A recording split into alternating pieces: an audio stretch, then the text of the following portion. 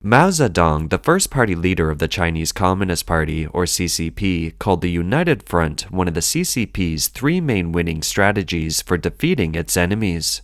It uses money, women, official ranks, and fame to bribe key figures of the enemy or people with social influence to work for it, thus forming an alliance to deal with an entity on its agenda. In the 40 years of China's gradual emergence as the world's second-largest economy, taking over Taiwan has been its most routine and practical goal of its United Front strategy. The results of the January 2024 election in Taiwan proved that the CCP's 40-year effort was ultimately a failure. The results of Taiwan's general election came out on the evening of January 13th, with the CCP's least favorite DPP Ching-Te and Xiao Mei-ching winning and becoming the new president and vice president of the Republic of China, ROC. Since the DPP's Tsai Ing-wen has been in power for 8 years, Beijing has cut off official ties with Taiwan and increased military pressure on the island. We hope that both sides of the Taiwan Strait can return to healthy and orderly exchanges in the future. Indeed, as you have mentioned, President Tsai Ing-wen has continuously extended goodwill over these 8 years. Unfortunately, China has not provided an appropriate response. The Taiwanese people have taken action to successfully resist the intervention of external forces. This is because we believe in electing our own president. We have not engaged in any provocations. Taiwan simply wants to maintain its democratic and free way of life.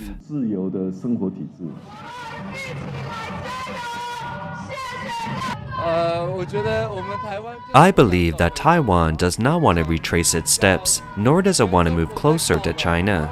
Instead, we want to become an independent, beautiful, and small country. I think the election of Ching-Te symbolizes our move in the right direction.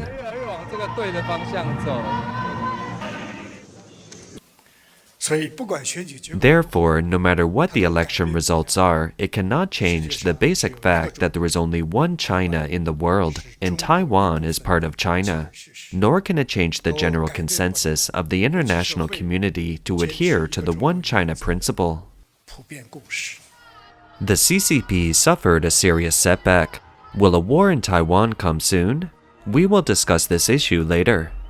First, let's take a look at the electoral characteristics of Taiwan that the audience might not be aware of on the island. First of all, Taiwan insists that one must be 20 years old to have the right to vote. The rationale behind this requirement is that young people under the age of 20 are likely to lack a rational understanding of politics and are easily controlled by emotions. Secondly, Taiwan's general election still uses paper ballots, and one must be present at one's place of household registration on the polling day with an identity document in order to vote. There is no absentee voting. Voters must return to their place of household registration in order to vote. Opponents of this requirement have criticized it as affecting the voting rights of certain people, such as overseas Taiwanese, especially those in mainland China. But imagine how hard the CCP has been working on Taiwan when it comes to important matters such as elections. Taiwan should maintain the rigor of the election and even raise the fence higher to ensure the security of the election. If the people of Taiwan want to promote non-localized voting, they have to consider whether Beijing will interfere with the voting intention of Taiwanese businessmen in China. How on earth does one know that Taiwanese businessmen wouldn't be invited by Chinese authorities for tea before the election? In mainland China, drinking tea refers specifically to an implicit warning used by the police to dissidents or those who disobey the government. Third, look how low-tech the election is. The manual signing and counting method used ensures that the counting of votes is transparent and not manipulated. There are nearly 20,000 polling stations. Many election volunteers are involved to ensure the fairness of the election. Vote counting can minimize many unnecessary disputes. Finally, the election results are revealed on the night of the voting day, rather than delayed until the following day or longer. The atmosphere in the polling station is dignified and solemn, but with a sense of joy at the same time. A lot of people I know have gone back to their hometowns to vote. Whoever they voted for, I don't know, but that is what democracy is all about. I think this is a really great exercise of democracy. I hope more places can work on this.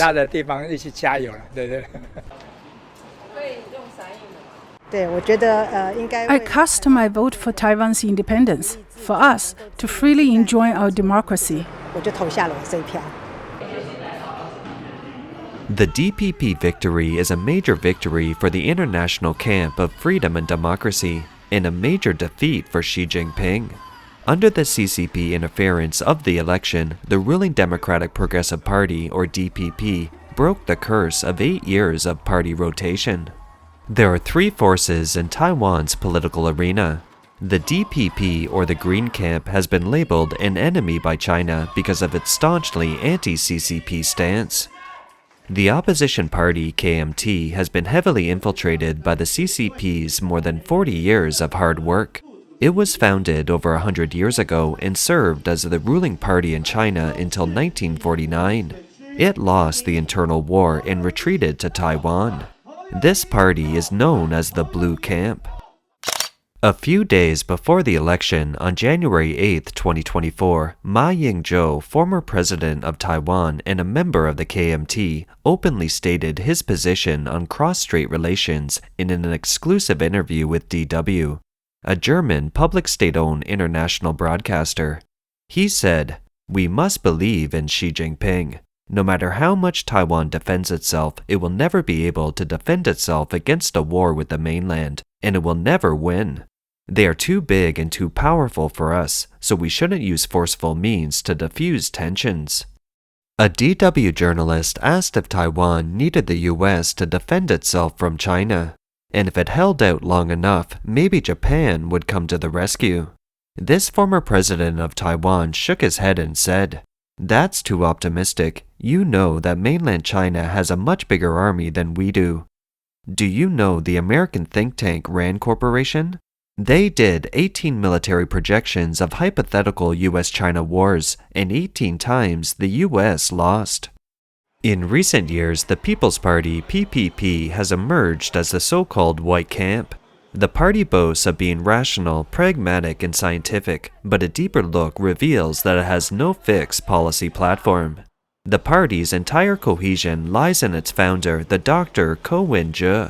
He mainly criticizes the blue and white camps and specializes in topics that young people are concerned about and that create online traffic. Young people who are rebellious or unfamiliar with politics but find his trendy movement interesting are attracted to Ko. Some are even filled with fervor. Many Ko fans believe almost unconditionally that Ko is their spokesperson, without much scrutiny. Many young people are facing challenges in their lives. They can't afford housing, and their wages can't keep up with the price of housing. They are dissatisfied with the DPP and have hopes for the KMT, so they voted for the newcomer Ko Wen-je.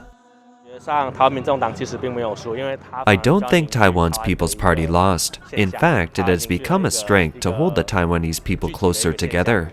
We represent the power of the grassroots, and I believe the grassroots will welcome its victory 4 years from now. When we grow stronger, our power will not be ignored.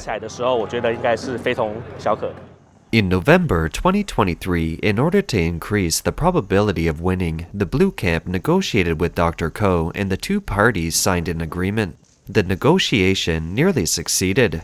At the time, Mr. Ko almost completely accepted the idea of the Blue Camp and proceeded to cooperate with them.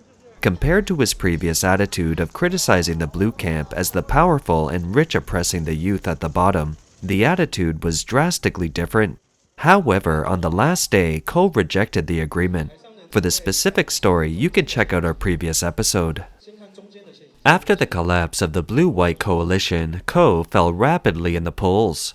Dr. Ko, who once criticized, "They are all garbage, there is no distinction between blue and green," suddenly declared in a media interview that he was in essence still deep green. He mentioned it again on several occasions later. Deep green is part of my background, and I have never shied away from this. It can be said that no one in Taiwan's political arena is clear about which color the fickle Ko will choose to work with next.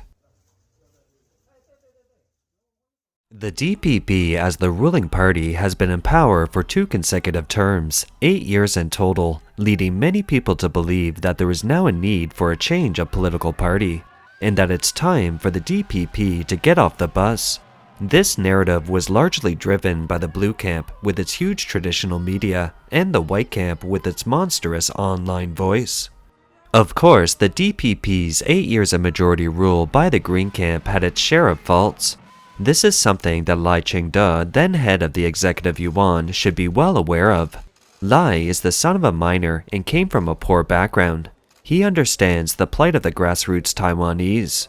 Before the 2020 election, Lai suddenly and without notice challenged the incumbent president Tsai Ing-wen, who had a very high reputation within the party, during the 2019 DPP primaries. Lai's challenge failed, and the DPP's mistakes weren't corrected, which set the stage for the Green Camp's failure to win a majority in 2024's Legislative Council election. In the current election, out of 113 legislative seats, the DPP won 51 seats, KMT 52, PPP 8 seats, and 2 seats for those without party membership. Some of the regional legislative seats lost by the DPP didn't perform well in the past 4 years and have even been the subject of scandals. The results of this election were within my expectations, although I'm not particularly satisfied because I would like to hope that our presidential candidates will think more about how we can first take care of our domestic affairs and then have the confidence to speak to other nations. I wish our approach to foreign affairs would be more temperate and that there would be more focus on internal party affairs.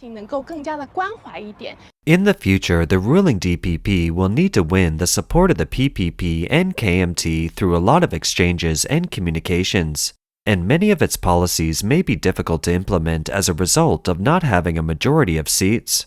At the same time, the CCP will take advantage of the fact that it has already secured the support of some Taiwan politicians, and through their activities in the legislature, it will try to break the will of the Taiwan people to fight against the CCP, to destabilize the Taiwanese society, to erode the consensus of the Taiwan society as a whole, and to create confusion. Thus, it will be able to create the conditions for the CCP to start a war on the Taiwan Strait. All these will test the political wisdom and ability of Ching-Te. Examining Lai's political history, we have confidence in this new president of Taiwan. The election attracted 72% of the voters to cast their ballots, including many who flew back to Taiwan from overseas. The election also set a record for attention paid to Taiwan by the international media.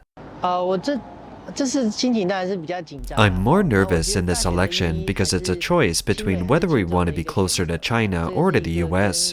It's related to the global situation. Personally, I hope we stay on the path that is closer to the US, but everyone has their choice. Another half of the population thinks it's better to stay close to China.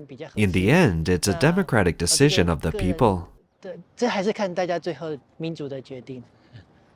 For a long time, the CCP's infiltration of Taiwan has been multifaceted and multidimensional. From the economy, politics, media to religion, it has polarized, bribed, and corrupted Taiwan. Despite the fact that the CCP has long used all means to influence Taiwan's elections, including cultural attacks and military intimidation, judging from the results of this election, the CCP's interference in Taiwan's elections ended in failure. Thousands cheer on Taiwan's ruling party at rally ahead of pivotal election. This is a very important election.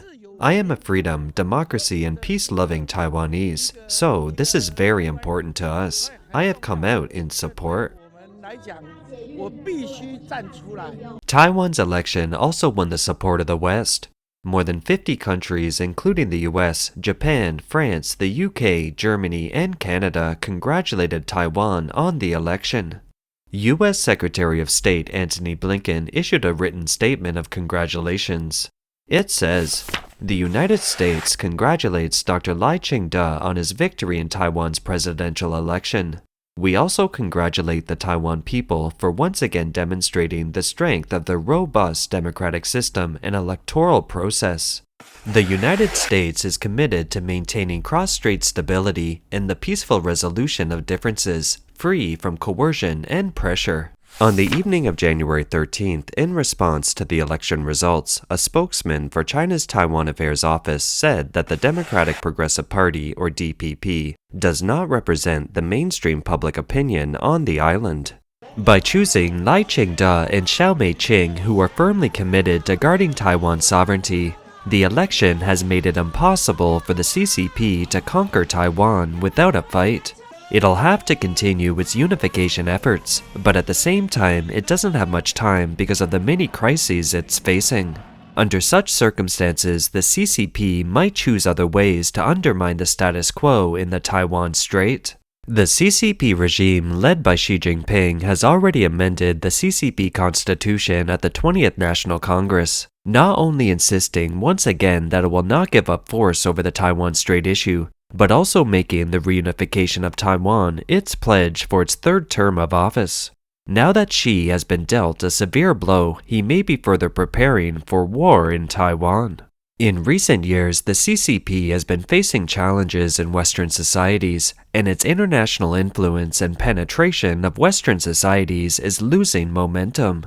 Xi's government is now in a difficult situation, both internally and externally. With an irreversible trend of rapid economic decline, the country's finances approaching bankruptcy, and waves of unemployment. Politically, Xi has found that many of the officials he has promoted are two-faced and show absolute disloyalty in private.